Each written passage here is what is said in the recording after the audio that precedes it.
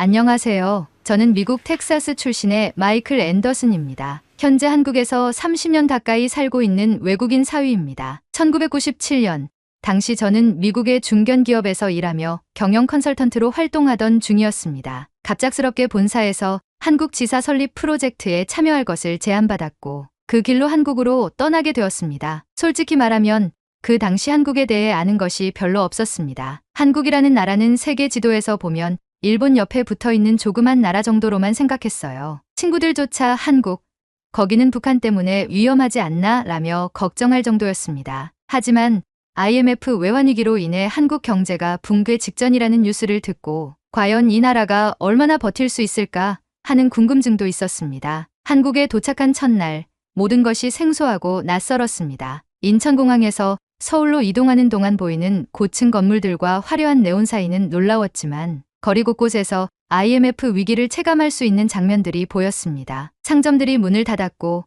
사람들의 표정에는 긴장감이 가득했죠. 그러면서도 이상하게도 그들의 눈빛에는 우리는 이겨낼 수 있다는 굳은 의지가 보였습니다. 당시로서는 그것이 무엇을 의미하는지 전혀 몰랐습니다. IMF 외환위기 당시 한국은 경제적으로 가장 큰 시험대에 올랐습니다. 1997년 말 금융 시스템이 붕괴 위기에 처하면서 한국은 국제통화기금 IMF에 긴급 구제금융을 요청해야만 했습니다. 그 소식은 전국을 충격에 빠뜨렸습니다. 회사의 동료들과 이야기를 나누다 보니 그 당시 국민들이 느꼈던 불안감과 절망은 이루 말할 수 없을 정도였다고 했습니다. 하지만 그 절망 속에서 한국인들은 놀라운 행동을 보여주었습니다. 바로 금 모으기 운동이었습니다. 며칠 후 회사 동료가 저를 서울의 번화가로 데려갔습니다. 거리에는 수많은 사람들이 줄을 서 있었습니다. 그들은 손에 작고 반짝이는 물건들을 들고 있었는데 가까이 다가가 보니 금반지, 금목걸이, 금팔찌 같은 금부치들이었습니다. 동료는 이 광경을 보며 자랑스럽게 설명했습니다. 이건 금 모으기 운동이에요. IMF 위기를 극복하기 위해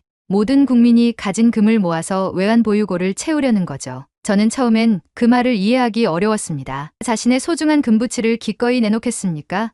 특히 결혼반지 같은 것은 단순한 장신구를 넘어 추억과 사랑이 담긴 물건인데요. 하지만 제 눈앞에서 펼쳐지는 장면은 그런 저의 상식을 완전히 뒤엎었습니다. 한 할머니는 손수건에 쌓인 오래된 금반지를 꺼내들며 미소를 지었습니다. 그녀는 인터뷰를 하는 기자에게 이렇게 말했습니다. 이 반지는 제 결혼반지예요. 40년 동안 간직해왔지만 나라가 어려운데 제가 이 정도는 해야죠. 우리 손자, 손녀가 살아갈 미래를 위해서요. 그 장면은 너무나도 감동적이었습니다. 또 다른 젊은 부부는 갓난아기를 안고 금목걸이를 내놓으면서도 웃음을 잃지 않았습니다. 이 목걸이는 우리 아기가 돌 때 선물 받은 건데요. 지금은 국가가 어려우니 나중에 더 좋은 걸 줄 수 있는 날이 올 거라 믿습니다. 며칠 뒤 신문에서 본 통계를 보고 저는 또 한 번 놀랐습니다. 불과 몇 주 만에 모인 금의 양은 무려 200톤이 넘었습니다. 이는 당시 전 세계적으로 유례가 없는 국민적 참여였다고 했습니다. 이 금은 외환 보유고를 늘리고 국가 부채를 갚는 데 사용되어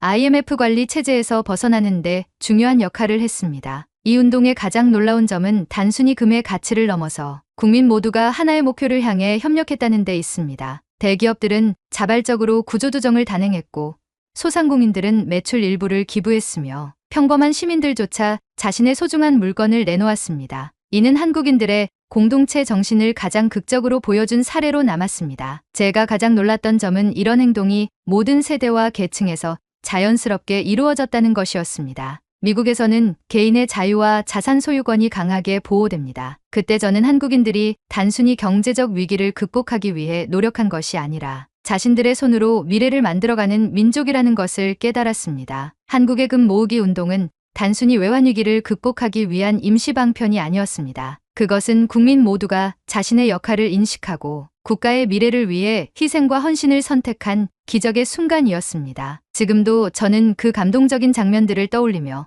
한국인의 단결력과 애국심이 얼마나 특별한지 이야기하곤 합니다. IMF 위기를 겪으면서도 한국인들은 특유의 따뜻함과 배려를 잃지 않았습니다. 동료들은 저를 전통시장에 데려가 떡볶이, 김밥, 순대 같은 음식을 맛보게 했습니다. 처음에는 낯선 향신료와 매운맛에 당황했지만 곧 이 음식들이 주는 따뜻함과 정에 빠져들게 되었습니다. 특히 식사를 마치고 다음에는 꼭 우리 집에 놀러 오라며 초대해주는 동료들의 모습에서 한국인 특유의 환대 문화를 느꼈습니다. 바로 그 환대와 따뜻함이 지금의 아내를 만나게 해준 계기가 되었죠. 1999년 한국의 한 중소기업과의 협업 프로젝트 중 당시 기업 홍보팀에 있던 은정이라는 여성을 만나게 되었습니다. 그녀는 단아한 외모와 따뜻한 미소로 첫눈에 제 마음을 사로잡았습니다. 서로의 언어와 문화가 달라 처음에는 어색했지만 그녀의 배려와 이해심 덕분에 우리는 점차 가까워졌고 2년 후 결혼에 이르게 되었습니다. 결혼 후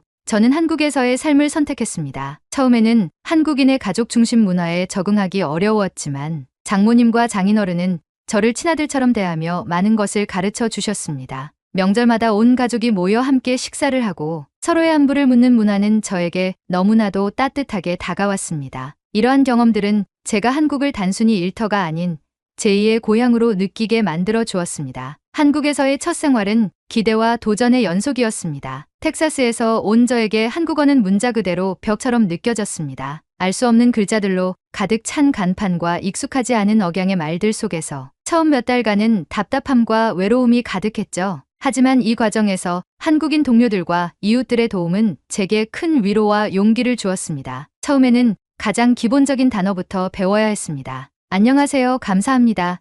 이거 얼마예요? 같은 문장을 배우며 조금씩 사람들과 소통하기 시작했죠. 회사의 동료들은 제가 한국어를 배우려고 노력하는 모습을 보고 끊임없이 도와주었습니다. 매일 점심시간마다 간단한 단어를 가르쳐주며 제가 실수할 때마다 웃으면서 고쳐주는 그들의 모습은 아직도 잊을 수 없습니다. 한국에서 가장 흥미로웠던 것은 사람들의 생활 습관과 문화였습니다. 예를 들어 회사에서 일을 마친 후 다 함께 저녁을 먹고 소주를 한 잔 나누는 문화는 미국에서는 상상하기 어려운 일이었습니다. 동료들과의 술자리에서는 그날의 고민을 털어놓고 서로 격려하며 끈끈한 유대감을 쌓아가는 모습을 경험했습니다. 또한 저는 장인어른에게 예절을 배울 기회도 많았습니다. 식사 자리에서 어른들에게 술을 따르는 방법, 두 손으로 물건을 건네는 태도 등 한국에서는 일상적인 예절들이 저에게는 신선한 충격으로 다가왔습니다. 특히 공경이라는 단어가 단순히 격식을 넘어서 서로를 진심으로 배려하는 마음을 포함하고 있다는 것을 느낄 때마다 이 문화가 정말 놀랍게 느껴졌습니다. 아내의 가족은 제가 한국에 적응하는데 큰 힘이 되어 주었습니다. 처음에는 외국인 사위라는 점에서 낯설어 하시는 것 같았지만 제가 한국어를 배우고 한국 문화를 이해하려고 노력하는 모습을 보고 점차 저를 가족으로 받아들여 주셨습니다. 장모님은 항상 제가 좋아하는 음식을 챙겨주시며 장인어른은 제게 한국의 역사와 정치에 대해 이야기를 들려주셨습니다. 이런 소통 덕분에 저는 더 깊이 한국을 이해할 수 있었습니다. 한국에서 몇 년간 생활하며 저는 한국인들만의 독특한 민족성을 더욱 깊이 이해하게 되었습니다. 처음에는 단순히 문화적인 차이라고 생각했던 많은 것들이 시간이 지나면서 한국인들의 특별한 DNA라고 느껴졌습니다. 그 중에서도 저는 한국인의 신뢰 문화, 놀라운 단결력, 그리고 민주주의에 대한 열정을 가까이서 경험할 수 있었습니다. 미국에서 자란 제게는 한국의 신뢰 문화가 가장 놀라웠습니다. 한국 생활 초기 저는 한 번 지갑을 카페 테이블 위에 두고 온 적이 있었습니다. 지갑 안에는 현금과 신용카드, 심지어 제 미국 운전면허증까지 들어 있었죠. 솔직히 말해 저는 끝났다고 생각하며 포기한 상태로 카페에 다시 갔습니다. 하지만 놀랍게도 제 지갑은 여전히 테이블 위에 그대로 있었습니다. 그때만 해도 우연이라고 생각했습니다. 그런데 비슷한 일이 몇 번이나 반복되면서 이것이 단순한 행운이 아니라 한국인의 민족성에서 비롯된 것임을 깨달았습니다. 한국에서는 누구나 분실물을 발견하면 주인에게 돌려주는 것을 당연히 여깁니다. 심지어 지하철이나 버스 같은 공공장소에서 휴대폰을 잃어버려도 며칠 안에 경찰서나 분실물 센터를 통해 찾을 수 있었습니다. 한국 친구들에게 이 이야기를 하니 모두 이건 기본이야 라고 웃으며 말했습니다. 기본이라니요? 미국에서는 상상도 못할 일입니다. 한국인의 정직함과 상호 신뢰는 정말 세계 유일한 문화라고 생각합니다. IMF 외환위기 시절의 금 모으기 운동에서 느낀 한국인의 단결력은 이후에도 여러 번 저를 놀라게 했습니다. 2002년 월드컵 때 온 국민이 붉은 옷을 입고 대한민국을 외치며 하나로 뭉치는 모습은 경이로웠습니다. 거리마다 붉은 물결이 넘실댔고 회사도 학교도 모두 월드컵 경기를 하나의 축제로 즐기고 있었습니다. 축구를 잘 알지 못했던 저조차도 붉은 티셔츠를 입고 친구들과 함께 응원을 하며 그 열기를 만끽했습니다. 특히 한국인들은 위기 상황에서 더욱 빛나는 민족성을 발휘합니다. 코로나19 팬데믹 시기 한국은 빠르고 효율적인 방역 시스템으로 전 세계의 주목을 받았습니다. 국민들은 정부의 지침을 따르며 서로를 배려했고 이로 인해 큰 혼란 없이 위기를 극복할 수 있었습니다. 이런 모습은 단순한 규율 준수가 아니라 공동체의 안녕을 위해 희생을 감수하는 한국인의 정신에서 비롯된 것임을 느낄 수 있었습니다. 한국에서 가장 감동적인 경험 중 하나는 바로 2016년 박근혜 대통령 탄핵 촛불 집회였습니다. 당시 저는 이 사건을 뉴스로 접하면서 민주주의가 한국 사회에서 얼마나 중요한 가치로 자리 잡았는지를 실감했습니다. 수백만 명의 사람들이 거리로 나와 촛불을 들고 평화롭게 의견을 표현하는 모습은 정말 압도적이었습니다. 가족들과 함께 광화문 광장에 나갔을 때 저는 아이들에게 이 장면을 꼭 기억하라고 말했습니다. 이것이 진정한 민주주의다라고요. 사람들이 서로를 존중하며 목소리를 내는 모습은 한국 민주주의의 성숙함을 보여주는 상징이었습니다. 한국인의 또 다른 특징은 문제를 해결하는 방식에서 드러납니다. 예를 들어 회사에서 일하다 보면 놀라울 정도로 빠르게 문제를 분석하고 해결책을 제시하는 동료들을 보게 됩니다. 빨리빨리 하는 문화가 때로는 조급함으로 보일 수도 있지만 동시에 이 문화는 놀라운 효율성과 결단력을 제공합니다. 단순히 속도가 빠른 것이 아니라 문제를 해결하기 위한 노력이 그 중심에 있습니다. 한국에서 오랜 시간 생활하다 보니 한국인들의 창의성과 배려심이 두드러지는 순간들을 자주 경험하게 되었습니다. 이는 단순히 문화적인 차이를 넘어서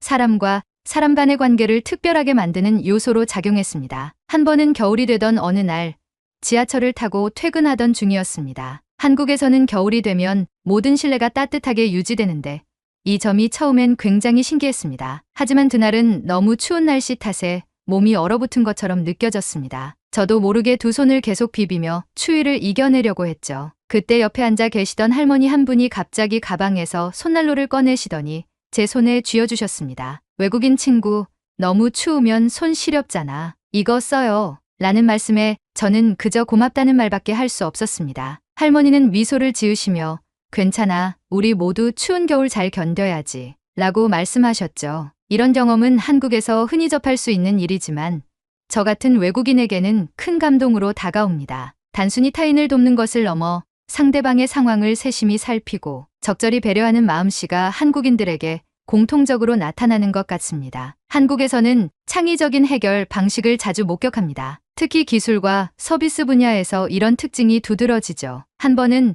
제가 친구들과 함께 시골 여행을 갔을 때 작은 카페에서 커피를 마시며 스마트폰을 충전하려고 했습니다. 그런데 콘센트가 부족해서 불편하던 중 직원이 눈치 빠르게 와서 저희 테이블에 USB 충전기를 가져다 주었습니다. 요즘 다들 스마트폰 쓰시니까 이렇게 하면 편리하시죠? 라는 설명을 듣고 놀랐습니다. 이처럼 한국에서는 문제 상황이 발생하면 즉석에서 해결책을 찾고 이를 실행에 옮기는 능력이 매우 발달해 있습니다. 이는 단순히 빨리빨리 문화 때문이 아니라 상대방의 필요를 정확히 이해하고 이를 해결하려는 창의적이고 실용적인 사고방식에서 비롯된 것이라 생각합니다. 한국에서 살아가며 가장 인상 깊었던 점 중 하나는 가족 중심 문화였습니다. 매년 추석과 설이 되면 아내 가족들과 함께 고향으로 내려갔는데 처음에는 그 풍습이 낯설고 복잡하게 느껴졌습니다. 하지만 시간이 지나며 이 문화의 깊은 의미를 이해하게 되었습니다. 가족들은 한자리에 모여 음식을 나누고 서로의 안부를 묻습니다. 특히 할머니와 할아버지께서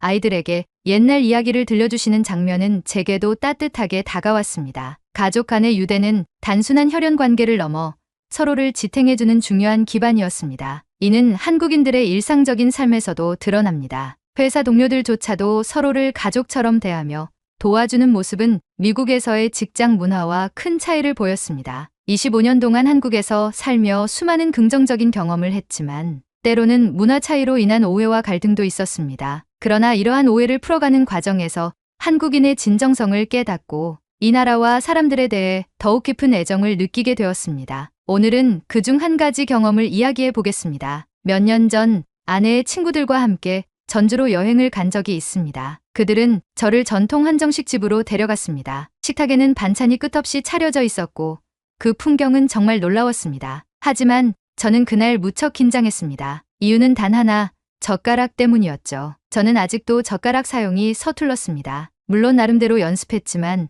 한정식에 나오는 가느다란 젓가락은 저를 곤란하게 만들었습니다. 결국 몇 가지 반찬을 접시에 담으려다가 젓가락을 떨어뜨리는 일이 반복됐습니다. 그럴 때마다 아내의 친구들은 저를 지켜보며 웃었고 저는 속으로 매우 민망했습니다. 그러다 한 친구가 마이클 씨, 숟가락으로 드세요. 우리도 그렇게 먹을 때가 많아요. 라고 말했습니다. 그 순간 저는 이 웃음이 조롱이 아닌 저를 편안하게 해주려는 배려임을 깨달았습니다. 그들은 제가 긴장하지 않도록 분위기를 가볍게 만들어주려 했던 것입니다. 또 다른 일화는 제가 초대한 손님들과의 저녁 자리에서 일어났습니다. 회사에서 알게 된 한국 동료들을 초대해 저녁 식사를 준비했는데 그날 저는 서양식 디저트로 애플파이를 구워 내놓았습니다. 모두가 맛있다며 칭찬했지만 한 동료가 애플파이 위에 있는 휘핑크림이 조금 더 달았으면 좋겠다고 말했습니다. 순간 저는 당황했습니다. 미국에서는 손님이 음식을 평가하거나 조언을 하는 일이 무례하게 여겨질 수도 있기 때문입니다. 그러나 곰곰이 생각해보니 그들은 저를 더 가까운 친구로 여겼기 때문에 솔직한 의견을 나눈 것임을 깨달았습니다. 그 이후 저는 한국식의 감사와 친밀한 표현 방법을 배우게 되었습니다. 식사 자리에서 나누는 대화와 작은 행동들이 단순한 매너를 넘어 서로를 이해하고 더 가까워지게 하는 방식임을 깨달은 것이죠. 가장 큰 오해와 감동은 이웃과의 작은 사건에서 나왔습니다. 제가 처음 이사 온 동네에서 어느 날 집 앞에 쓰레기 봉투를 잘못 내놓은 적이 있었습니다. 미국에서는 보통 이렇게 하면 이웃들이 불만을 품고 조용히 신고하거나 경고장을 붙여놓는 경우가 많습니다. 그래서 저는 이웃들이 불편해할 것을 걱정했지만 며칠 후 발견한 것은 따뜻한 쪽지였습니다. 마이클 씨, 쓰레기는 월요일 아침에 내놓으시면 됩니다. 처음이라 모르셨겠죠? 환영합니다 라는 글이 적힌 쪽지와 함께 작은 떡 상자가 문 앞에 놓여 있었습니다. 그들의 환대와 이해는 제게 큰 감동을 주었고 저는 이 경험을 통해 한국인들의 따뜻한 민족성을 다시 한번 느끼게 되었습니다. 한 번은 회사 회식 자리에서 벌어진 일이었습니다. 당시 저는 한국어에 어느 정도 익숙해졌지만 여전히 특정 표현이나 뉘앙스를 이해하는데 어려움이 있었습니다. 회식 자리에서 한 동료가 마이클 씨는 미국 사람답게 항상 여유롭네요. 라고 말했을 때 저는 그 말을 비꼬는 듯하게 받아들였습니다. 한국 사회에서는 성실하고 부지런한 태도가 매우 중요한 가치인데 그 말을 듣고 제가 느슨하고 무책임하다는 뜻인가 싶어 속상했죠. 다음날 동료에게 조심스럽게 물어보니 그는 크게 웃으며 아니에요. 그 말은 칭찬이에요. 항상 여유로운 태도로 어려운 상황에서도 침착하게 대처하는 점을 존경한다는 뜻이었어요. 라고 답했습니다. 그제야 제가 한국인의 표현 방식에 익숙하지 않았음을 깨달았습니다. 한국에서는 칭찬을 돌려 말하거나 약간의 농담을 섞어 친근함을 표현하는 경우가 많았던 것이죠. 이 일을 계기로 저는 한국인들의 대화 스타일을 이해하게 되었고 이후로는 이러한 표현이 오히려 저와 동료들 사이를 더욱 가깝게 만들어주는 계기가 되었습니다. 또 한 가지 기억에 남는 일은 시장에서 생긴 에피소드입니다. 어느 주말 전통시장에서 재료를 사기 위해 줄을 서 있던 중 앞사람이 돈을 떨어뜨렸습니다. 본인은 모르고 그냥 지나가려고 했지만 바로 뒤에 서 있던 한 아주머니가 빠르게 그 돈을 주워 이거 떨어뜨리셨어요 라며 건넸습니다. 저는 이 장면을 보며 놀랐습니다. 미국에서는 이런 상황에서 누군가 돈을 주우면 대부분 자기 것처럼 주머니에 넣어버리곤 했기 때문입니다. 제가 감탄하며 정말 친절하시네요 라고 말했더니 아주머니는 에이, 당연한 거죠. 우리나라 사람들은 원래 이렇게 살아요. 라며 웃으셨습니다. 그 대답 속에서 한국인의 민족성이 얼마나 자연스럽게 뿌리내려 있는지 느낄 수 있었습니다. 단순한 친절을 넘어 서로의 소유물을 존중하고 신뢰를 바탕으로 살아가는 모습은 제가 한국을 더욱 사랑하게 만든 이유 중 하나입니다. 한국에서 사소하지만 큰 감동을 느꼈던 일 중 하나는 아파트 엘리베이터에서 일어난 일입니다. 한국의 엘리베이터에서는 흔히 승강기를 타고 내릴 때 다른 사람을 위해 버튼을 눌러주는 광경을 볼 수 있습니다. 처음에는 이 작은 행동이 별거 아니라고 생각했지만 점차 이곳의 배려심 깊은 문화가 단순한 습관이 아니라는 걸 알게 되었습니다. 한 번은 제가 무거운 짐을 들고 엘리베이터에 들어가자 어떤 아이가 버튼 눌러드릴게요 라고 말하며 7층 버튼을 눌러줬습니다. 그 행동이 얼마나 자연스럽고 당연하게 이루어지는지 보고 저는 한국에서 자란 아이들이 배려를 삶의 한 부분으로 받아들이고 있다는 것을 느꼈습니다. 이처럼 저는 한국에서의 오해와 갈등 속에서 한국인의 진정성과 배려심을 깊이 경험할 수 있었습니다. 한국인들은 때로는 직설적이지만 그 속에 따뜻함과 진심이 가득 차 있다는 것을 알게 되었습니다. 이 모든 경험이 쌓여 저는 이곳을 단순히 거주지가 아닌 진정한 제2의 고향으로 받아들이게 되었습니다. 25년 전 낯선 나라였던 한국은 이제 제게 제2의 고향이 되었습니다. 처음에는 단순히 직장 일로 잠시 머물 계획이었지만 한국인들의 따뜻한 마음과 놀라운 민족성을 경험하며 이곳에 뿌리를 내리게 되었습니다. 오늘날 저는 이곳에서 가족을 이루고 한국인으로서의 삶을 즐기고 있습니다. 아내와의 결혼 후 우리는 두 아이를 낳아 키우며 한국에서의 삶을 이어가고 있습니다. 아이들은 한국 학교에 다니며 자연스럽게 한국어와 문화를 익히고 있죠. 특히 명절 때면 온 가족이 한자리에 모여 차례를 지내고 음식을 나누는 시간이 너무 소중하게 느껴집니다. 가끔 아이들이 묻습니다. 아빠는 왜 한국에서 살기로 했어요? 저는 웃으며 대답합니다. 한국은 내가 처음으로 진정한 사람 냄새를 느낀 곳이야. 그리고 너희 엄마가 한국인이잖니. 한국에서의 생활은 단순히 문화적인 적응을 넘어 제 삶의 방식과 가치관을 변화시켰습니다. 사람들과의 따뜻한 관계, 이웃을 위한 작은 배려, 그리고 공동체를 중시하는 마음은 제가 미국에서는 배우지 못했던 것들입니다. 한국에서 생활하며 깨달은 것은 이 나라가 단순히 기술과 경제로만 발전한 나라가 아니라는 점입니다. 한국은 공동체의 힘으로 역경을 극복하고 신뢰와 배려로 일상을 채우는 특별한 민족성을 가지고 있습니다. IMF 외환위기를 극복했던 국민의 단결력, 평화적인 촛불 집회에서 보여준 성숙한 민주주의, 그리고 잃어버린 물건조차 되돌아오는 신뢰 문화는 전 세계 어디에서도 쉽게 찾아볼 수 없는 독특한 모습입니다. 저는 이 경험들을 친구들과 동료들에게 자주 이야기합니다. 그들은 믿기 힘들어하며 이렇게 묻곤 합니다. 어떻게 그런 나라가 존재할 수 있어? 그럴 때마다 저는 자랑스럽게 대답합니다. 직접 와서 경험해 보세요. 한국은 진짜 특별한 나라입니다. 한국에서의 생활은 제 인생의 가장 큰 축복 중 하나였습니다. 이곳에서 저는 한국인의 강인함과 따뜻함을 배우며 제 자신을 새롭게 발견했습니다. 이제는 제가 배운 이 가치를 아이들에게 전하며 그들이 이 아름다운 문화를 이어가길 바랍니다. 한국은 단순히 제가 사는 나라를 넘어 제가 속한 커뮤니티이자 가족입니다. 저는 앞으로도 이곳에서의 삶을 소중히 여기며 한국과 함께 성장하고 싶습니다. 오늘 준비한 영상은 여기까지입니다. 영상이 재미있었다면 좋아요와 구독, 알림 설정까지 꼭 부탁드려요. 감사합니다. 오늘도 행복한 하루 되세요.